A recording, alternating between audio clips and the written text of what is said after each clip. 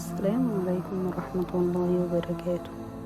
عارف الحزن اللي بيخلي قلبك تقيل لما تحس انك مش قادر، خلاص خلصت وتبطل حتى تحاول.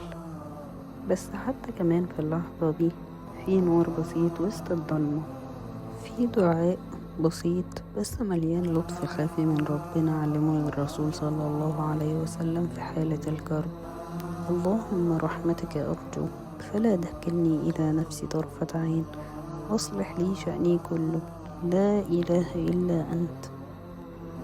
لحظات الكرب مش معناها إنك وحيد، هي معناها إنك محتاج تفتكر بس إن في رب رحيم ودود شايف وعارف كل التفاصيل. حتى لو لسانك مش قادر يقول، خلي قلبك يشوف رحمة ربنا ويقول يا رب ويدعي الدعاء، وافتكر دايما إن ربنا معانا.